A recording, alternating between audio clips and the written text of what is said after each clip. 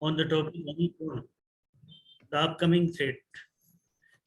I would like to introduce Dr. Suresh Bhargav sir, past Vice President ISA, who is our veteran, and Dr. Manoj Kamal, State Vice President ISA.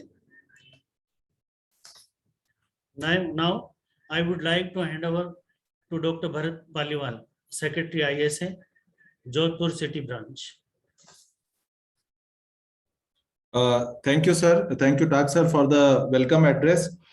To begin with, I would like to introduce the chairpersons of the session. Bharat. Yes, sir, I am audible. Bhargav sir. Yes, sir. Sir, request for few words as a blessing for this webinar, sir. Good evening, everybody. Good. And I really congratulate you all for starting the academic activity at Rajasthan in different level. And Jodhpur branch this year has shown their talent. So many awards has been received by the Jodhpur branch. And I feel that Jodhpur branch has the capacity to beat the Maharashtra also. So because Maharashtra has won maximum awards this year, and this was a stimulation to all of us to Rajasthan.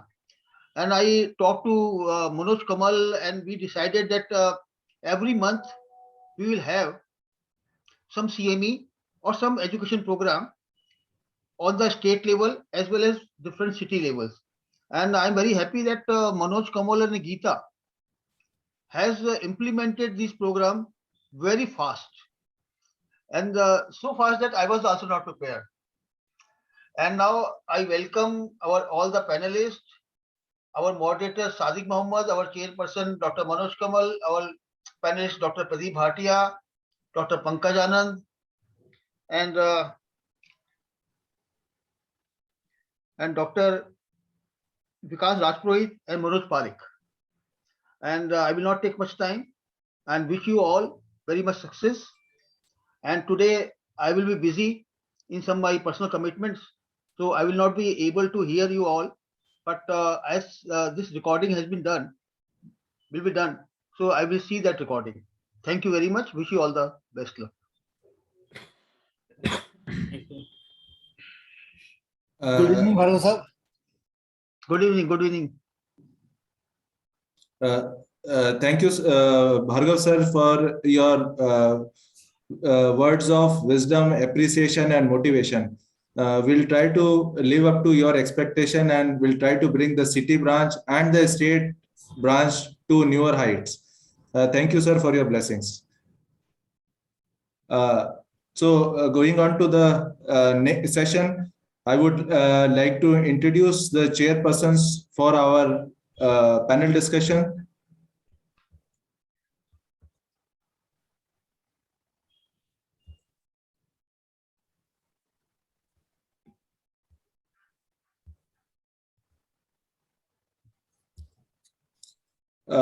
The first chairperson of our session is Dr. M.L. Tak. Sir is the professor and head of the Department of Anesthesia and Critical Care at Dr. S.N. Medical College, Jodhpur. Sir is the current president of the city branch, Jodhpur City Branch. Sir has received many awards. To name a few, sir has bagged the IMA President Appreciation Award for 2019. He has achieved the Guest of Honor Award again in the year 2019. Sir has been a guide of more than 20 students. Sir has chaired many national and international conferences. And sir have many achievements and many publications to his name. So we welcome you, sir. Our next chairperson is Dr. Manoj Kamal. Sir is the additional professor at Department of Anesthesiology and Critical Care at AIIMS Jodhpur. Sir is the current secretary of ISA State, Rajasthan. Sir is the organizing secretary of West Zone ISOCON 2017. Sir has organized ICPM in year 2018. Sir has various fellowships to his name. To name a few, sir is the fellow of Indian Academy of Pain Management. Slide move karo na, slide. Sir, it is moving from my end. No, but here it is not visible. Dr. Manoj's slide is But- not visible here. Yes, Bharat. Sir, Dr. Top slides is still remaining. okay. It's is it visible now, sir? Yeah. Now, it is now visible. it is visible. Okay. Okay, so there may be some issue with the slideshow. So just to rebrief, sir is the current secretary of ISA Rajasthan. Sir has organized many conferences. To name a few, it's the ISOCON 2017 and ICPM 2018. Sir is the fellow of Indian Academy of Pain Management and National Academy of Medical Sciences. Sir has 65 national and international publications to his name. And recently, sir has bagged 3 awards at the recently concluded ISOCON 2021. His areas of interest is cardiac anesthesia and pain management. So now I hand over the mic to the chairperson to introduce the moderator and the panelists. Over to you, sir. Thank you, Bharat. Am I audible? Yes, sir, you are audible. So today I am introducing Dr. Sadiq Mohammed. He is our colleague working with us as an associate professor in Department of Anesthesiology and Critical Care, AIIMS Jodhpur. And he is the Assistant Editor General of Anesthesiology and Clinical Pharmacology, Section Editor of Indian Anesthetic Forum, Secretary of ISSCM City Branch Jodhpur. He published a patent on single lumen double curvature tube for pediatric lung isolation. He wrote 6 chapters in various books and has more than 50 international and national publications to his credit. His area of interest is critical care, regional anesthesia, and cardiac anesthesia. And our panelist is Dr. Pradeep Bhatia. He is the professor and head in our department at All India Institute of Medical Science, Jodhpur.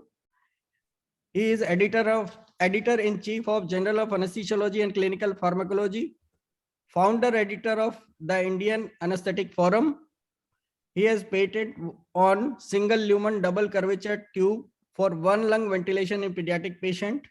He is fellow of Indian College of Anesthesiologists and Indian College of Critical Care Medicine, FCCS instructor. He is the past he received ISA President Appreciation Award in 2014.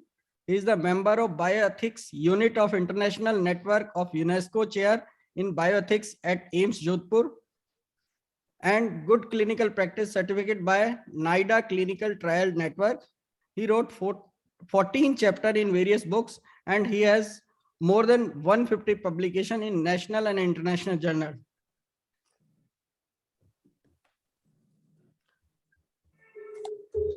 Our next panelist is Sir, join kar liya? Our next panelist is Dr. Pankaj Anand. He is the senior consultant in Fortis Hospital, Jaipur. He is the regular speaker at all major forum, national and city executive of ISSCM. ISSCM accredited teacher in critical care and emergency medicine. He is the ACLS instructor. He is the fellow of American College of Chest Physician and founder of ACE Academy of Clinical Education. His area of interest in teaching and coaching in critical care. Our next panelist is Dr. Vikas Rajpurohit. He is the professor in Department of Anesthesiology and Critical Care at SN Medical College, Jodhpur. He is the trauma center in charge of MDM Hospital and COVID nodal officer. Area of interest is intensive care of trauma victim. And next panelist is Dr. Manoj Parekh. He is the senior consultant, cardiothoracic and critical care. He is affiliated with the Goyal Hospital, Jodhpur.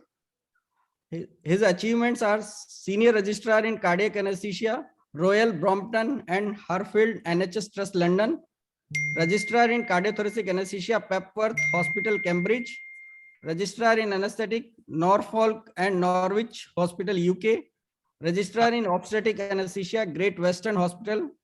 And he presented and published various article in various national and international journals. His area of interest is cardiac anesthesia, transesophageal echocardiography, obstetric anesthesia, and intensive care. Over to moderator and chairperson.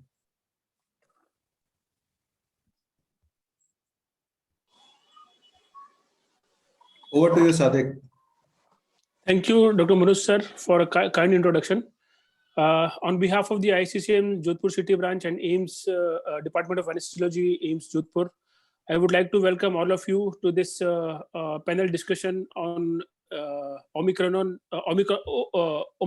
and upcoming threat. So before starting the panel discussion, I would like to request all the attendees who are attending the panel discussion to make this panel discussion a live one, take active part, and if anyone have any questions during the panel discussion, either they can raise the hand or they can post their question in the comment box. So as we all know that viruses are basically not living cells. They are basically a genome covered in a proteinaceous envelope. So this current SARS-CoV-2 is an RNA virus whose genomic RNA is unusually large, and his RNA polymerase is basically error prone. So if we see the structure of this RNA virus, it has got a central genome that is an RNA, and this RNA replicate 4 proteins, namely the nucleocapsid protein, or spike protein, envelope protein, and the membrane protein. The spike, envelope, and membrane protein together forms the envelope of the virus, while the nucleocapsid protein holds the RNA of the virus. The RNA of this particular virus is basically very large, and its RNA polymerase is error prone. So once it gets entry into the virus, the human cells, during the course of the infection, with continued uncontrolled transmission and viral replication, the mutation repeatedly happens in its genome, and that mutation gives the virus a fitness advantage.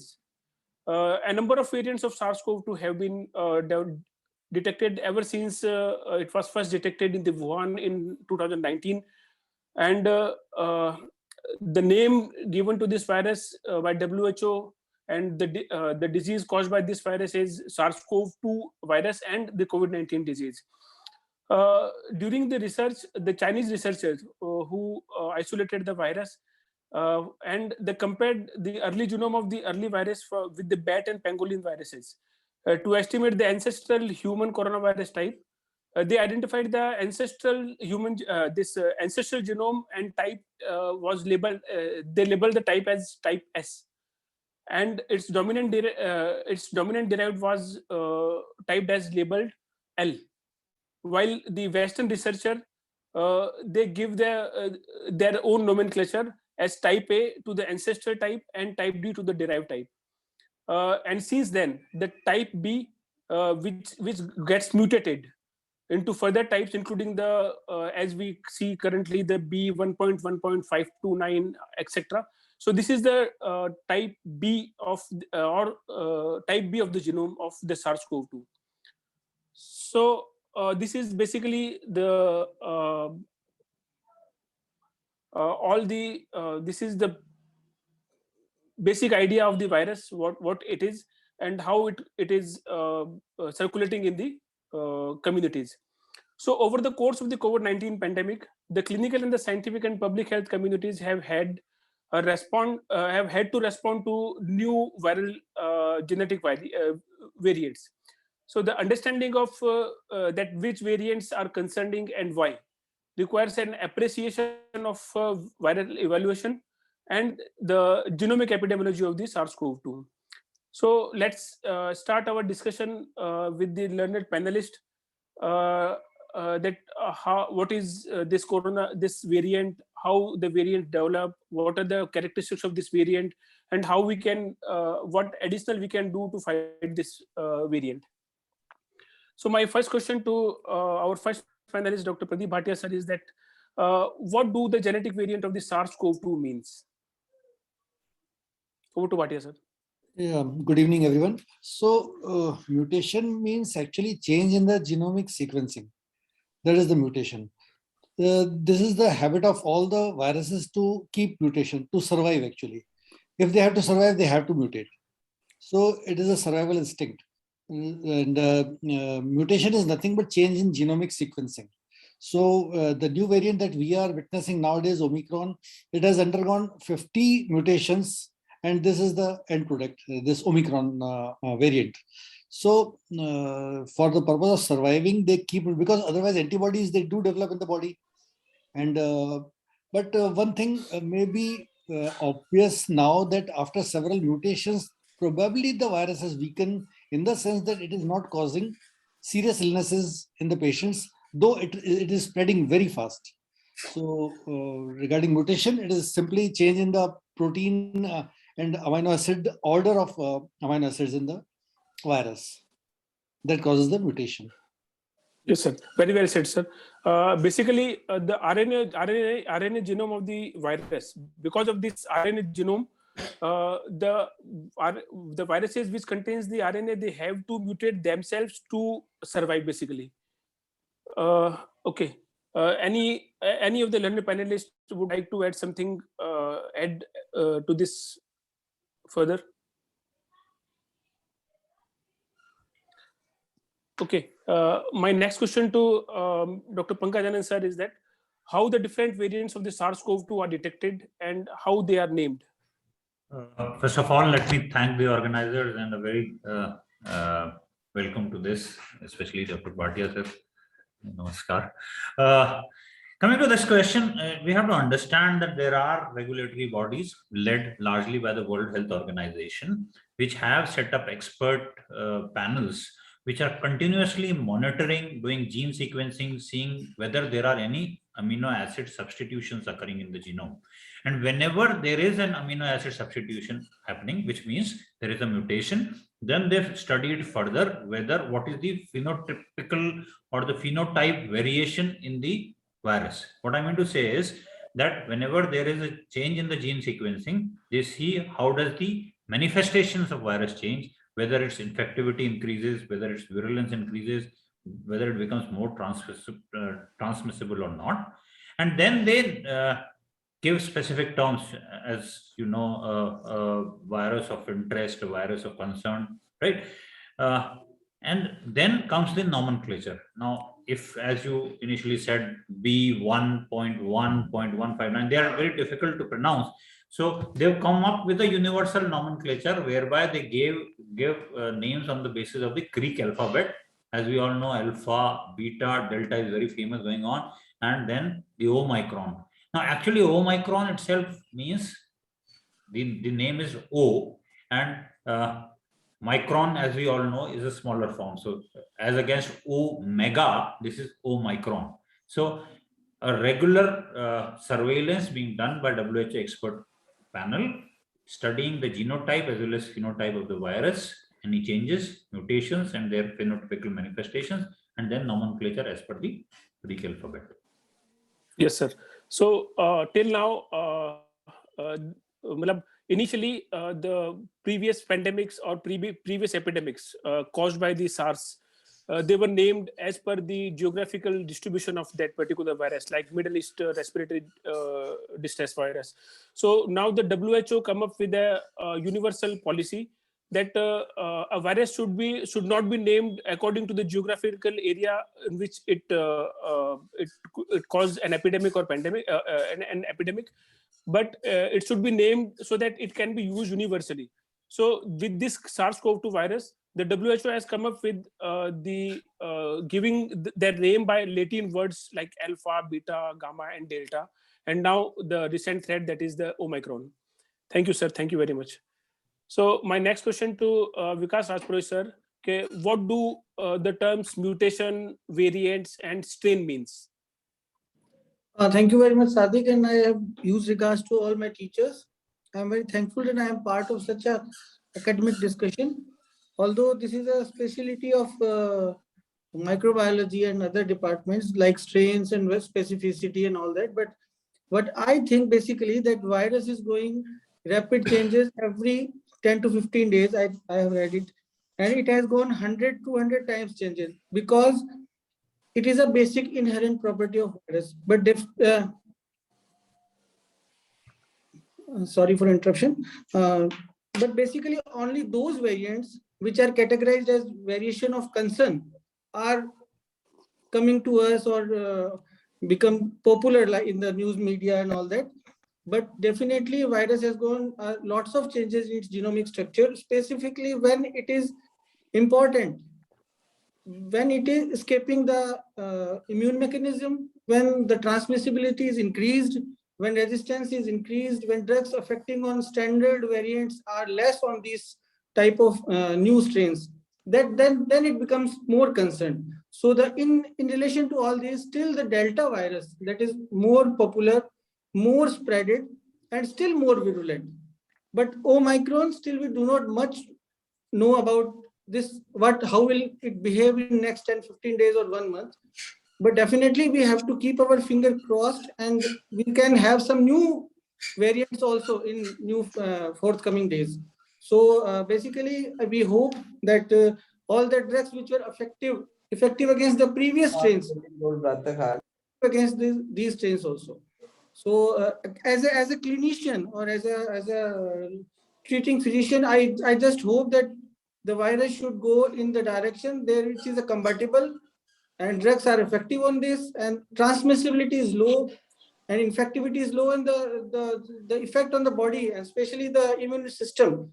The immune system is able to find all the spikes, all the proteins which are coated over that core antigen, so that our body as well as the drugs can recognize it and treat it successfully. Yes, sir. Thank you, sir. Rightly said that this is a domain of a microbiologist or an epidemiologist, that they should differentiate these three terms, that is what is mutation, what is a variant, and what is a strain. But being in the medical profession, we should have a basic knowledge that can these terms be used interchangeably, or they have different meaning actually. No, mutations is a continuous process in a genomic structure. Exactly, sir. And strains are name given to a specific when a certain 10, 20, 50 mutation has been taken place, and now a genome structure is stable, then it is name given as a strain. Yes, sir. So it can be propagated in Strain the is level. basically type. Strain is basically a type. Between two strands, there can be one mutation, there can be 50 mutations. Yes, exactly. I think, sir, if you look at it, it says that if there is one or more mutations which are actually manifested phenotypically, and once that particular variant becomes established in the population, then they call it a strain. Yes, so, exactly. so all strains are actually variants, but not all variants are strains. So, and definitely, as Bhatia said, told, there are 50 more mutations are there, and some deletions are also there, and 10 to 20 deletions are also from the original COVID-19 virus. There are continuous some deletions also. So some properties of virus has changed, some properties is deleted from its basic structure. So it is a continuous process. Basically, that is a survival advantage, sir. Doing mutation and deleting something is for the sake of survival, basically. Yes. So coming to our next question, what is the basically Omicron variant, and how it is different from the other variants like Alpha, Beta, Delta, and Gamma? How it is different? So my question is to Dr. Manoj Parikh, sir. Yeah. First of all, I would like to thank you all people to invite me for this panel discussion. Yeah. Omicron, as we have all said, that Omicron has been a variant of concern now at present to the whole world. And that's the reason we are all very much here to discuss about it. Now, Omicron has become very much important, and that's the reason because of its mutation. And now at present, we were talking about mutations. And because Omicron, they say that it has mutated 30 times. And that's the reason it's very important. Now, the reason we say 30 mutations is the reason these 30 mutations become important, because the virus has gone so much of a deletion, insertion, and evasion, and deletion of your antibody response. And that's why it's become important, because the body is going to be less responsive, because if it evades the antibody, if it evades the immune response, and the second thing is it evades the whole system as well, your receptor binding protein and everything. That's the reason. Now, why Omicron is important is because it has gone 30 mutations. In those 30 mutations, the spike protein which is present on the virus, it has gone much of a variation, and that's why this has been detected. Now, as Dr. Pankaj said, that this naming of these viruses is because of alpha, beta, delta, and we have deleted nu and z because they were not, and we came down to Omicron. But we cannot remember this B1.1.529. So it's very difficult to remember that. So Omicron is a very easy way to remember it. Now, thing is that why Omicron is important is because the way it has been spreading. The first case was detected on 9th November, but the genomic sequences was done and it came to be named as Omicron on 24th November. By the time the amount of spread which had occurred in all the countries, it was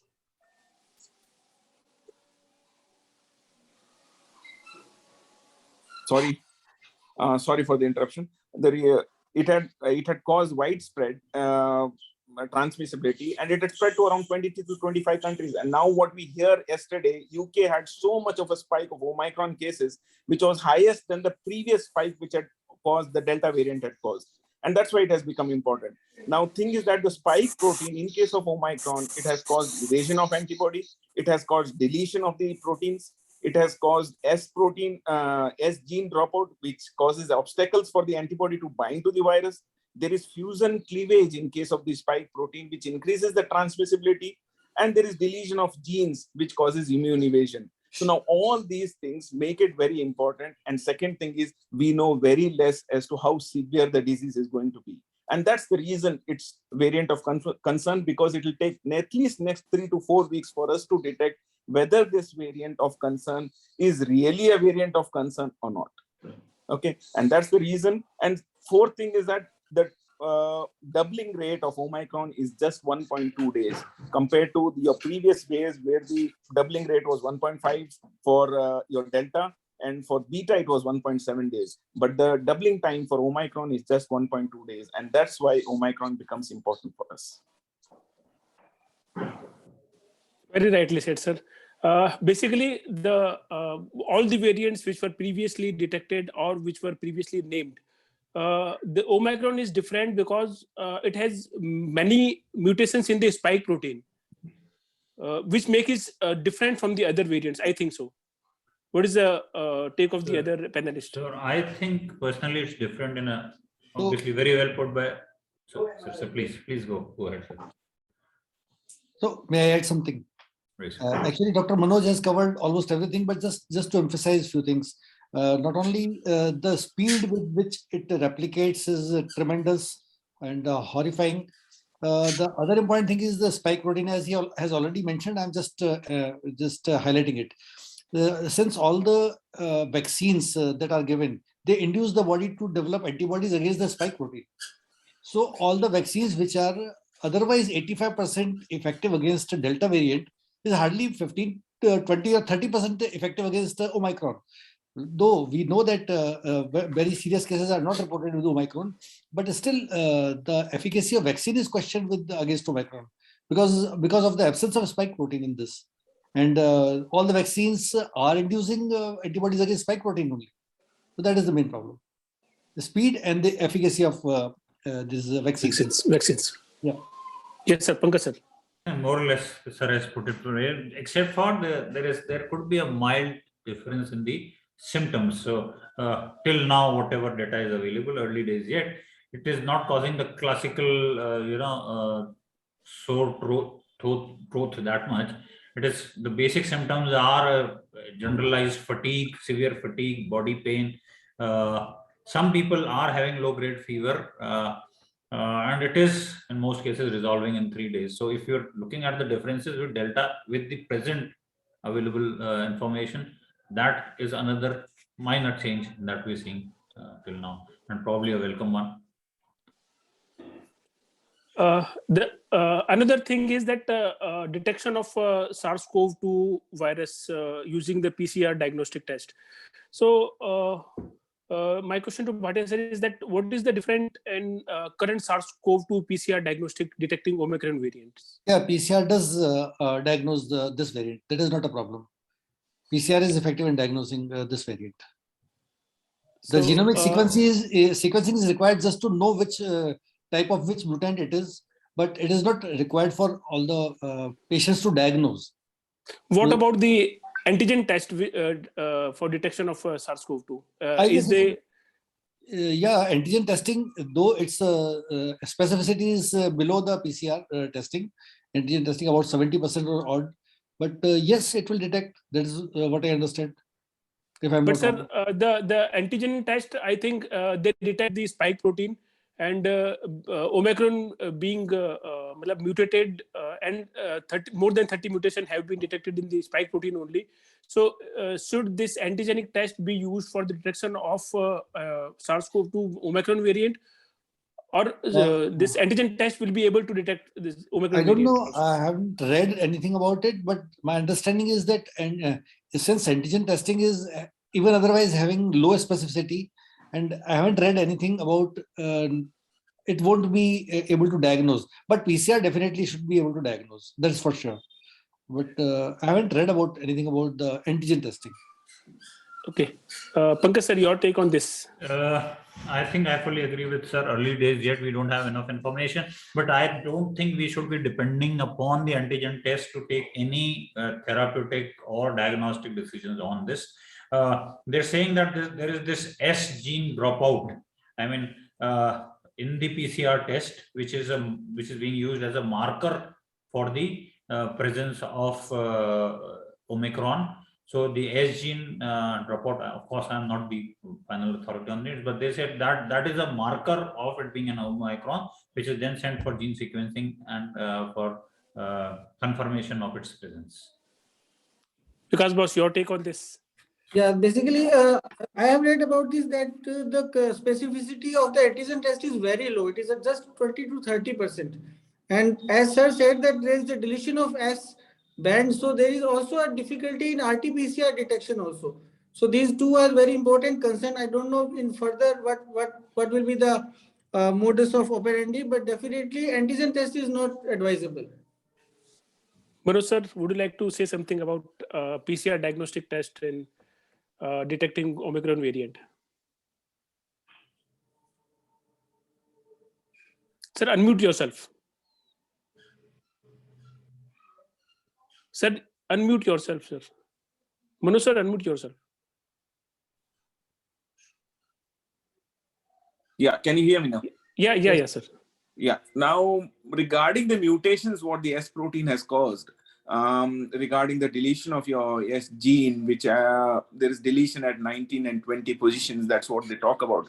And when you look at the RT-PCR test, even they say that if you cannot detect, means if your RT-PCR is positive and you don't have this alpha and beta genes, means your alpha and beta variant, or your Delta variant, then it should be Omicron, and you don't need to do genomic sequences at all.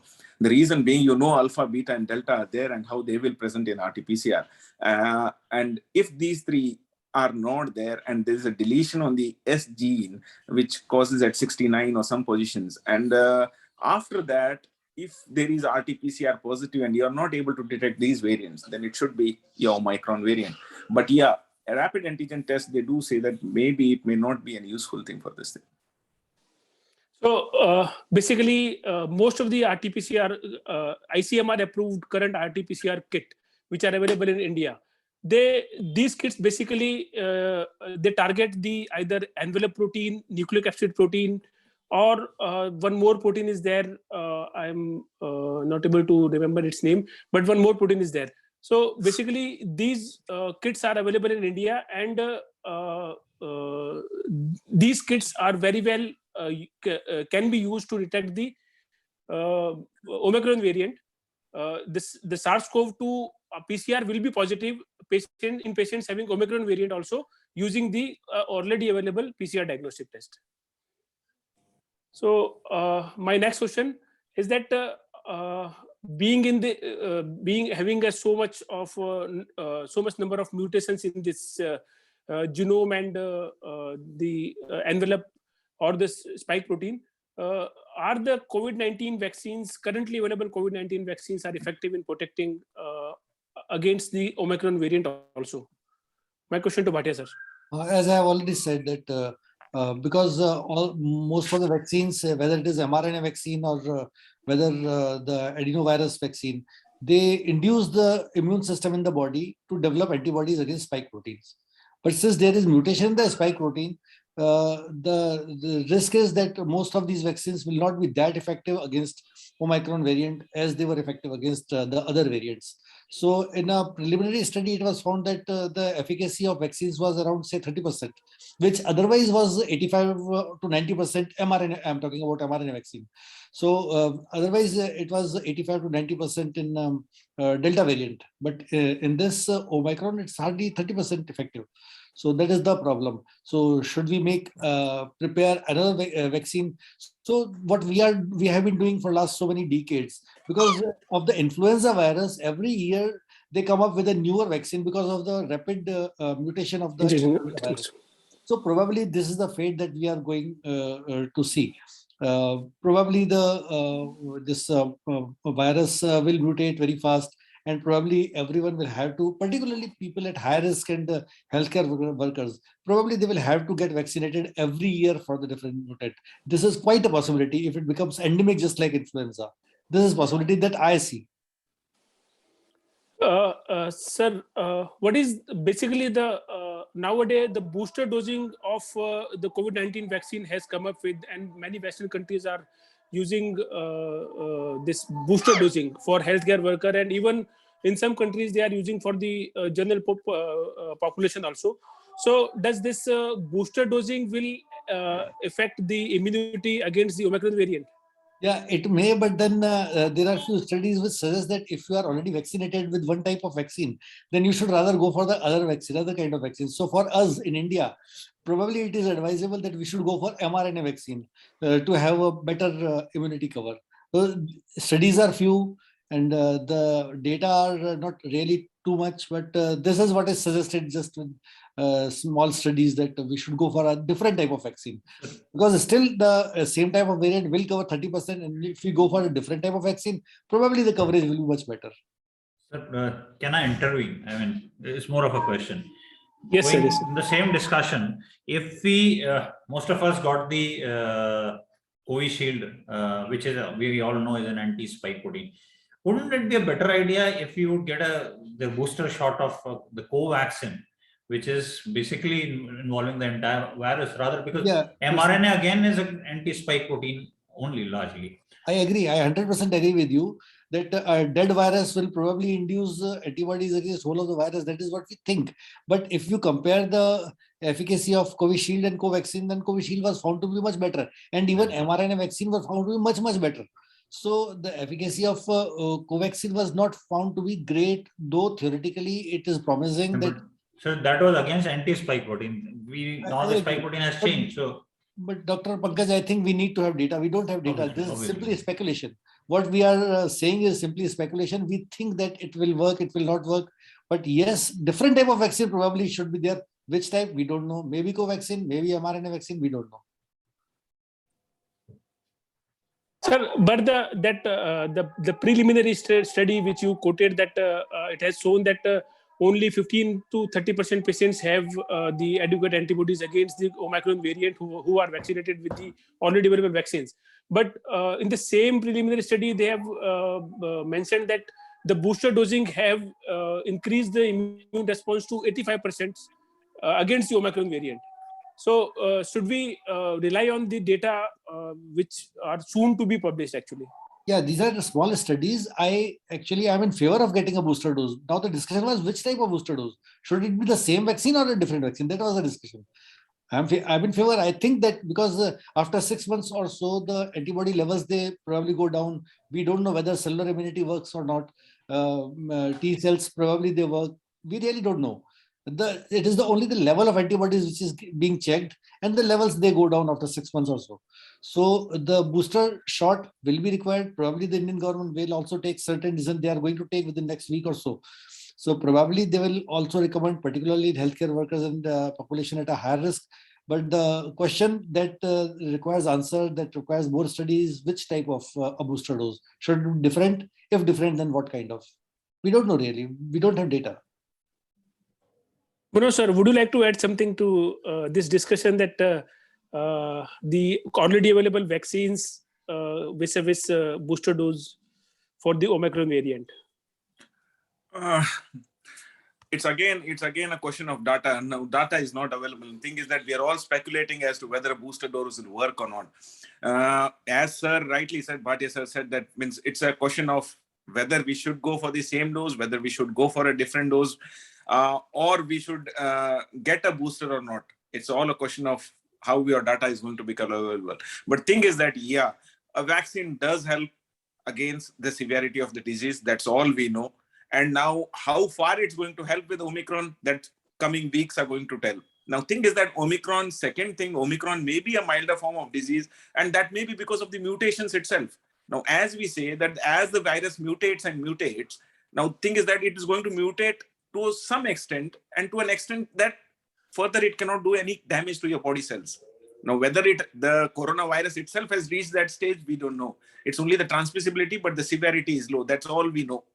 Now, thing is that the further data in the next 3 to 4 weeks to come might think so will help regarding the booster dose. Now, second, my question will be, should be these antibody tests what we are doing for coronaviruses and detect whether there is an antibody available for the coronavirus, will they affect your booster dose or not? Whether you have a high antibody response and you don't take a booster dose, or whether you have a low antibody response and that person has to have a booster dose, I don't know. I really don't know as to what I don't know, and what the panelists say. I would really like to know as to whether you should check the antibody levels or not. No, there is no relation actually between the antibodies level and the. There have been some studies on that, and they have not found any correlation between level of antibodies and the natural immunity, because there are so many things in the body that goes on. Say we have memory cells also, which on infection will produce antibodies. There may be cellular immunity also, T-cell immunity. So there has not been found any direct correlation between the antibodies level. So ICMR actually doesn't approve the routine testing of antibodies levels. That is the reason. And there are so many different kits of diagnosing, and each kit will give you maybe some different result. So it is not a standard protocol. Nowhere in the world it is routinely monitored because of the unpredictability, because you can't translate the knowledge to the actual case scenario. And just sidelining the discussion, I would rather say that it is one of the wishful thinking. Say maybe I am too much optimistic. I would say that this Omicron, since is inducing, is causing infection, it is very fast spreading, but is causing very mild disease. So probably it will work like a natural vaccine. This is what I think. So let me get the pessimistic part. It will become endemic, and it will induce natural immunity in the population, because in any case the severity is not very high in most of the cases, and they will all get immune to, all the patient infected will get immune to the virus. So this is what I just hope actually. Yes, Pankaj. Sir, I fully agree with you, and I pray that happens. This would be probably, this is the beginning of the end of the pandemic. But the issue is, what I am scared of, and I might sound a bit pessimistic, is that, the major reason why so many people died last time was not just because the disease was severe, but it was also because we were overwhelmed with the sheer number of patients. And it might cause mild disease in most people, but we still have almost 50% of our population which is unvaccinated and at a risk of a more severe form of disease. Because vaccines, the antibody, you rightly said, is not directly proportional to the immunity, but then there are other immunities like T cells, memory cells, whatever, which make the disease less severe. So what if the people who are unvaccinated, or people who are immune suppressed for a comorbidity, even if they, and seeing the almost 8 to 10 times higher transmissibility of this variant, what I am scared of is that, God forbid, it should not happen that such people who are not vaccinated or people who are, because the number of people who will get infected would be much larger than what were in the previous wave. So that is one case scenario that which should make us more cautious, because at the moment we are seeing what we are seeing, marriages, rallies and everything. And nobody, when I talk to my school friends about this COVID, they don't want to talk to me because people don't want to think about COVID. And actually the problem is, as they say, we don't want to talk or think about COVID, but COVID wants to talk and think about us. Exactly, sir. So that is what I'm scared of, and probably we'll have answers in the next 1 month. Yeah, I agree, Dr. Pankaj. See, if even 1% of the population they become sick, in India, this 1% translates into huge number. First of all, secondly, even influenza virus takes lives. Right. Patients with interstitial lung disease, COPD, emphysema, they lose their life. They die because of influenza infection. So why not this this variant, which is very highly transmissible? Okay, it will not cause any death or severe morbidity in 98 or 99% of cases. But even in 1% or 0.5% cases, or patients at risk, having COPD, smoker, ILD, immunocompromised, they will be very high risk, death will be very high, and this 0.5% will translate to huge number, and our hospitals will again be overwhelmed. Yes, the risk is there. Yes. Yes. Vikas Boss would like to say something. Yeah, definitely. I have one word for Bhatia sir advice, that Amin aisa ho. I will be very grateful. And the concern of Pankaj is quite right, because the transmissibility is very high. It is doubling time here. Now it is less than 2 days. So if a huge numbers are infected, then serious patient will be more and hospitalization will be more. And regarding the immunity and booster dose, I will say that yes, certainly there will in next month there will be a booster dose advised, because the best person who has got a hybrid immunity, those person who have seroconversion as well as taken the 2 doses of vaccination, I think those are the person who are the most secure person in regarding to Omicron. And second thing, those person who are not either infected in the last 2 waves, and they have not taken full vaccination course, they are at risk. So the number of such patients, some countries are still not having adequate amount of vaccines. So again, the whole world should be dealing with this with our equality.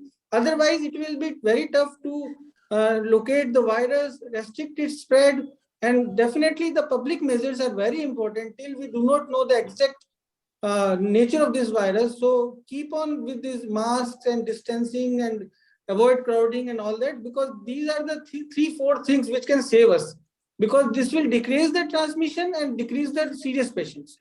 That's all from my side. Very rightly said, sir. Looking at the data available till date on the Omicron, since its first detection, we are witnessing that although the number of cases has been increased, but the number of severe cases or the ICU admission is not so much, which we have observed in the last, in the second wave or the first wave. So we, looking at these data, we may be hopeful that this particular variant may not cause so much harm compared to the previous strains. So coming to the next question, to Pankaj Anand sir, is it the different variant of the SARS-CoV-2 which gives rise to the various different waves of the pandemic, that is first wave, second wave, or it is something else which decides the different waves?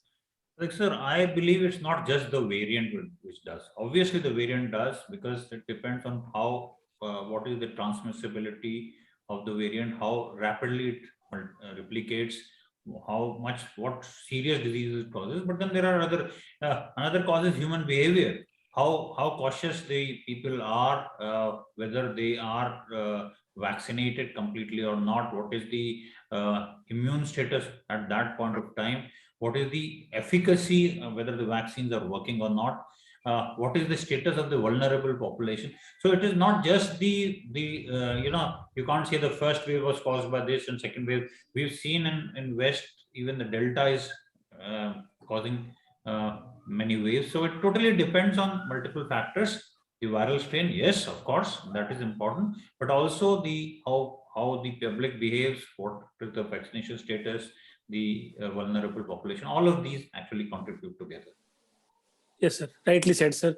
That apart from the strain, there are multiple factors which gives rise to the various or different waves of a pandemic.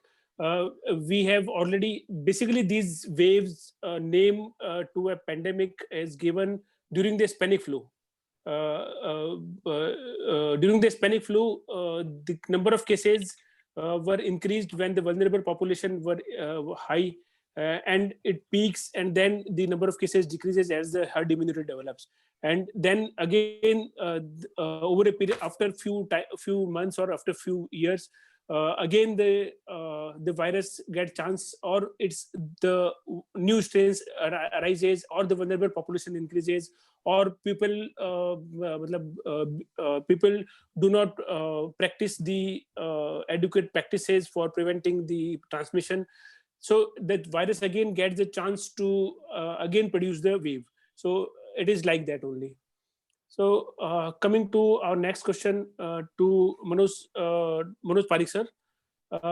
Being an anesthesiologist or an intensivist, should you do anything different for this Omicron variant compared to the previous variant?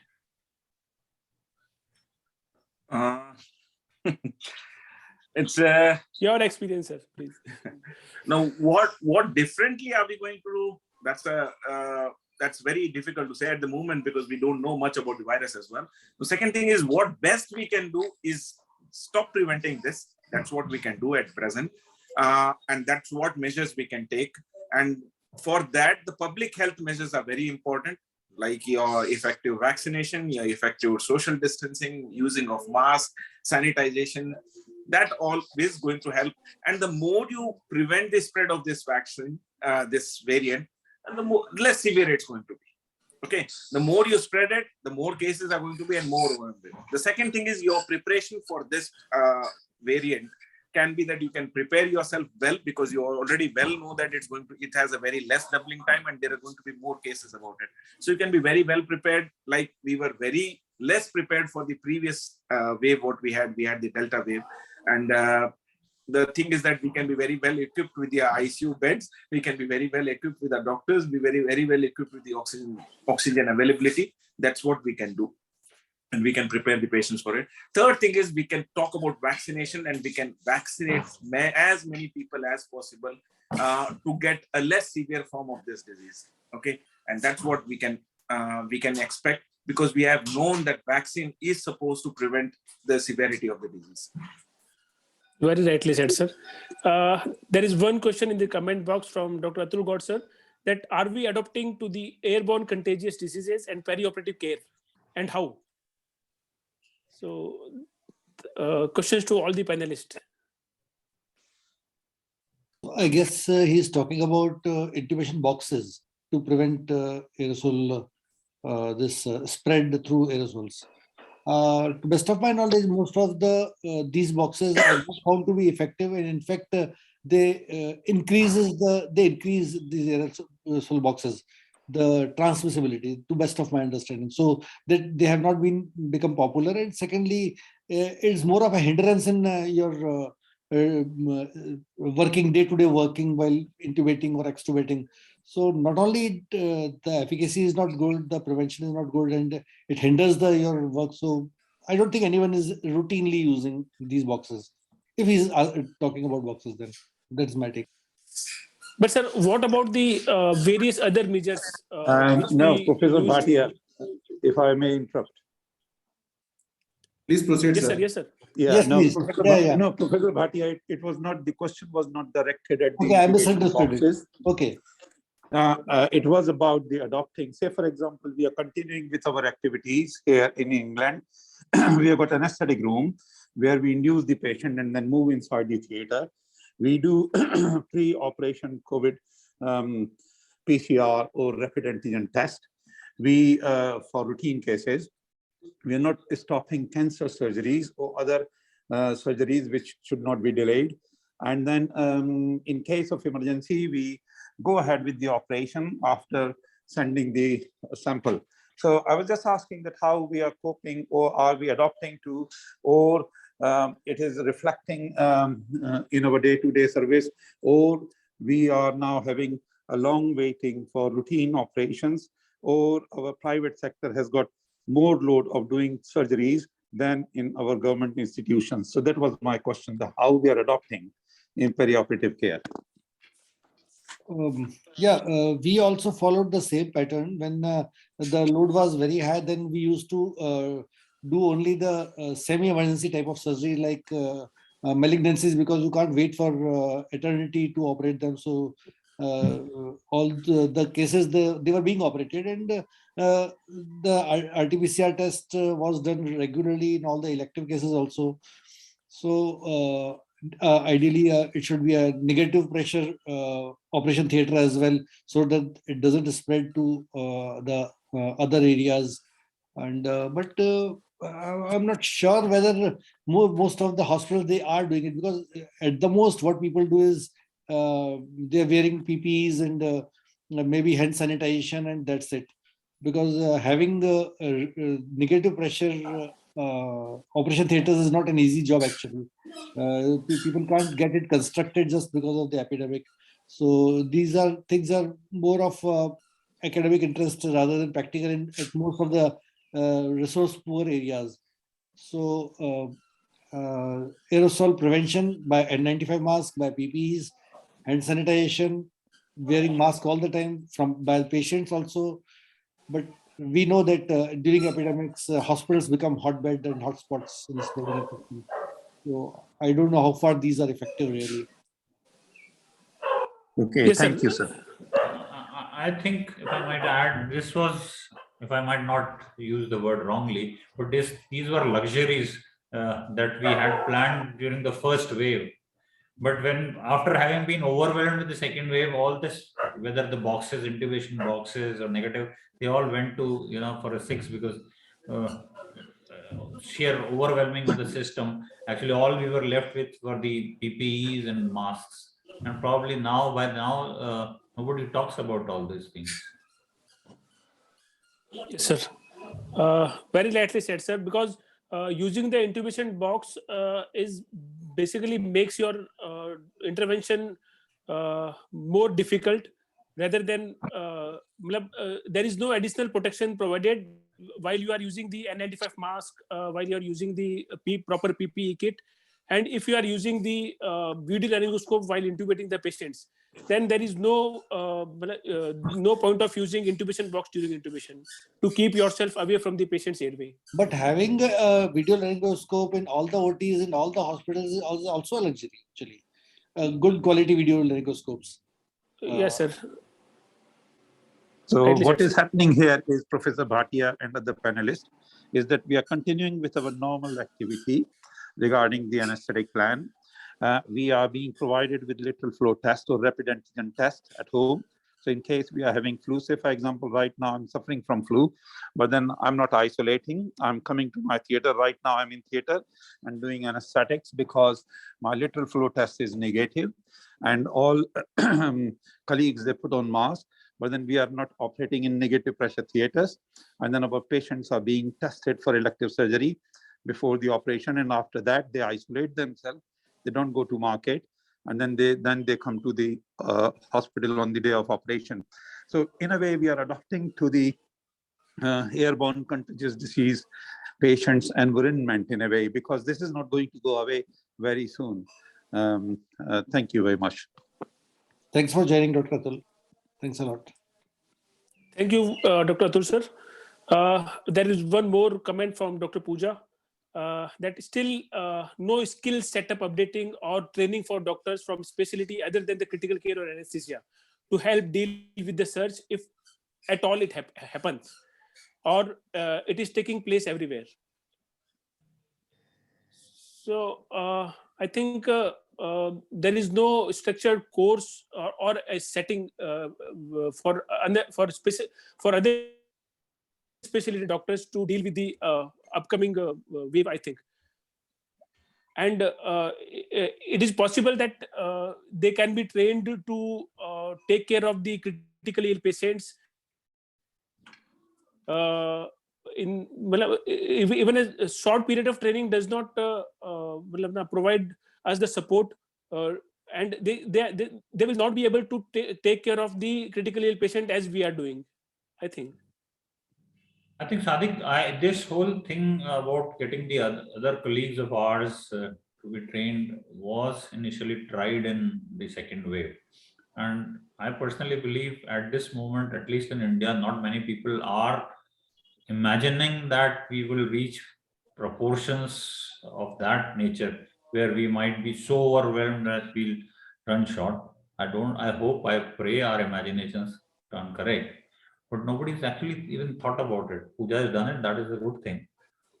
Bhatia sir might. Yeah, we have been at our institute, we have been training non-anesthetists and non-intensivist people. Probably it was a mandate of the government, and we thought it's our duty, because all the time we can't post an anesthesiologist or a person who is skilled in intubation or ventilation in 24 hours. There were so many wards filled with the COVID patients that it was impossible to post only those. So we trained many residents, PGs, undergraduates, interns, and specialists from other these subspecialties. But I really doubt that it would have had any benefit on the management, because training them just for a few hours or twice or thrice on a mannequin maybe, or handling the ventilator, I don't think anyone would be comfortable intubating a person, that too sick with COVID, down with COVID, or would like to handle ventilator. No, it's a long learning curve. I mean, just 2 hours training is never sufficient. I really doubt it's any useful. We did a very number of courses, but I really doubt that they were of any help. Sorry, can I interrupt? Yes, sir. Yes, sir, Manoj. Yeah. In this emergency cases, it's very difficult. It's a long learning curve. Yeah, but we can flag the warning signs for everybody, and it can be done, and it can be scored as well. And that's very easy for any person to remember as well. If these warning signs are present, and I think so in the second wave, most of not only medical person, even non-medical person knew as to when to visit the hospital and when the patient should be in the ICU. Okay, most of the people knew about it. And the thing is that media played a very important role in finding out as to which emergency patient should be admitted and where it should be admitted. Okay, and other thing is that even during the second wave, we had a good amount of data as to where hospitals, which bed is available. I think so even in the 2-tier cities, everything was available on net as to where, what bed is available, which bed is available, which intensive bed is available. Okay, so that was quite possible. But to train a person to intubate, I don't think so those courses will be useful. Or even for a medical person, you doing this crash courses, I think so we might land into more trouble than doing good to the patient as well. Yes, sir. Right said, sir. So we are running short of time. My last question to Vikas Rajput sir is that, what does the Omicron variant tell us about future COVID-19 strains? Yeah, we hope for the best.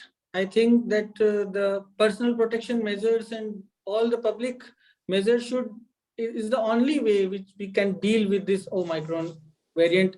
And definitely in 1-2 months, there will be a new variant will be available, and hope it will having a more or less virulence like this from Delta virus, and might be having a less transmissibility, because this is the only concerns regarding the Omicron variant. And another thing I want to add regarding the operation theater management, the air circulation, what Bhatia sir said, that negative pressure operation theaters might be a good alternate, and especially wearing the PPEs in right way and removing them in right way is very important for ourselves. Because what I have observed in second wave was no one was wearing PPEs and all that, but I don't know how much this time, because the vaccination is not that much effective against Omicron and further coming variants. So we have to be very much cautious regarding these PPEs wearing. The protocol should be followed. We all should take it seriously, I think so. Yes, sir. Rightly said, sir. So Pankaj sir, your takes about future. I think Dr. Bhatia sir and everyone has already pointed out, but just 2-3 things. Mutations and variants will come and go. We don't know for how long. In all probability, this is going to become endemic like the seasonal flu. The precautions will stick. The vaccines probably will have an annual dose the way we have. And we, like other things, like malaria, dengue, whatever, we'll slowly and gradually learn to live. It will go away from the first page headlines and slowly and gradually, because life has to go on. So we have to learn to live with it if we can't actually eradicate it. But personally, I believe with this Omicron, it's my prediction. I hope it goes wrong. All of us are going to get it. Most of us are going to be out of it. And the best case scenario, are going to have a herd immunity, which will also protect us against the more severe, more variants which we might have later on. Finger crossed, sir. Yes, sir. So, would like to end this panel discussion by just emphasizing the role of various protective measures to protect yourself and the other from SARS-CoV-2 variant. Get vaccinated as soon as you are able to. Make covering include your mouth, nose, and chin. Hand washing for at least 20 seconds with soap and water, or using hand sanitizer with at least 60% alcohol content. Physical distancing 6 feet or more.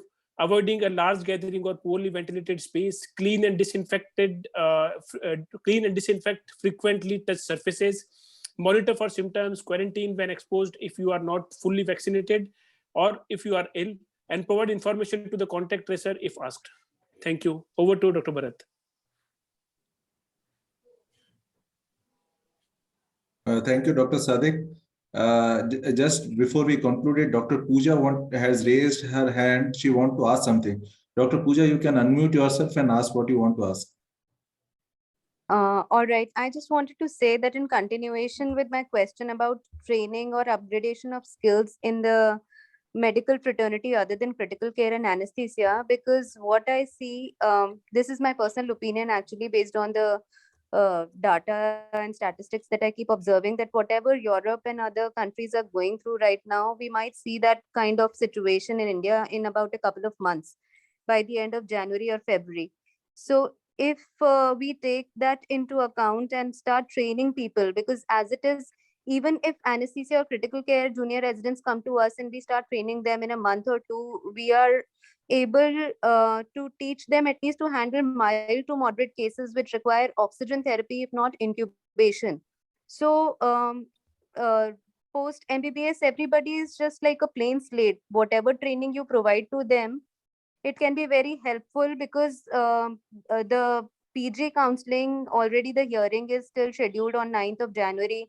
And we don't know when we will get the new batch of junior residents. So it will be good for us that we start training people, junior residents, or people from other specialities, as to at least see the patients, give oxygen therapy, so that the load on anesthetist and critical care is a little less. It is very, very stressful for them to see. At one time, we had a 200 or 250 patients on our one floor, which were to be seen by the anesthetist, 2 or 3 anesthetists. So I really don't want to go back into that situation again. Thank you, Dr. Pooja, for your remarks. The majority of these things have been very well covered by our moderator and our panelists. Over to the chairpersons.